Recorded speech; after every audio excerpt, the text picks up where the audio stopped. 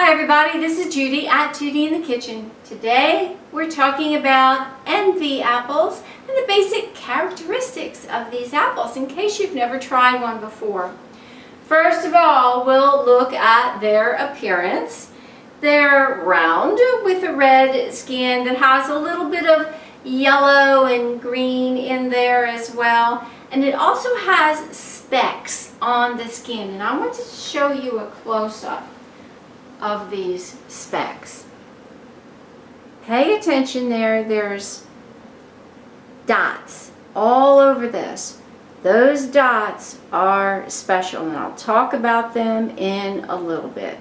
If you see the little dots on the apple, there's meaning in that. Before I get into what those dots are, I'll say a little bit more about the appearance. The flesh is kind of like a pale yellow, and the important point about that flesh, it's very, very slow to oxidize. It can take up to 10 hours for that flesh to start to turn brown. So envy apples are an excellent apple to use if you want to use them in a salad or in an appetizer tray. You're going to have company and you want to give them something to nibble on. And you can cut them up in advance and not worry about doing anything special to them. They'll stay pretty looking for you for quite some time. Regarding the flavor and texture of envy apples, the pale yellow flesh is crisp and it's sweet with just a hint of tartness. The flavor has been described as that of like a gourmet Asian pear with floral and vanilla notes. And the skin is on the thick and tough side. It may be a little bit thicker, a little bit tougher than some other apples. The specks, the little dots that I pointed out on the envy apples, are what's called lenticels. They're actually little pores in there that allow gases to exchange between the skin and the flesh of the fruit. And so it appears like little specks on there. But the more specks you see on an envy apple, the sweeter the fruit is. So when you're shopping for envy apples, look at it and make sure it's got a lot of those specks on there, and the more specks, the sweeter that fruit is going to be.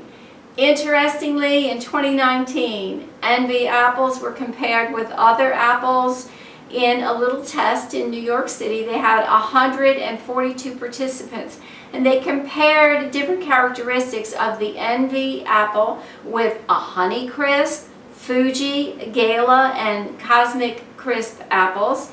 And the envy apples ranked number one, first place for their flavor, texture, aroma, and appearance.